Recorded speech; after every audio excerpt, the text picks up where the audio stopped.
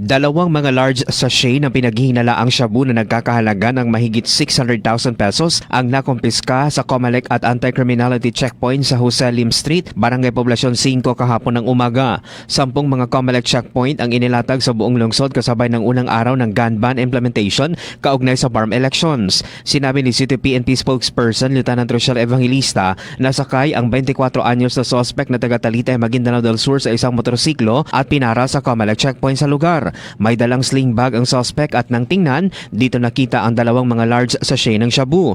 Ang mga shabu ay dadalhin daw sana sa Lanao del Sur pero nabulilyaso dahil naharang at nahuli ang suspect. So during the inspection, na-observe nila in plain view na mayroon siyang sling bag. So upon requesting, voluntarily binuksan ito ng suspect and yun nga po nakitaan siya ng allegedly dalawang large heat plastic sachet. Samantala, nananawagan naman si Evangelista sa publiko na magbaon ng mahabang pasensya at kooperasyon sa mga COMELEC checkpoints na nakakalat sa lungsod.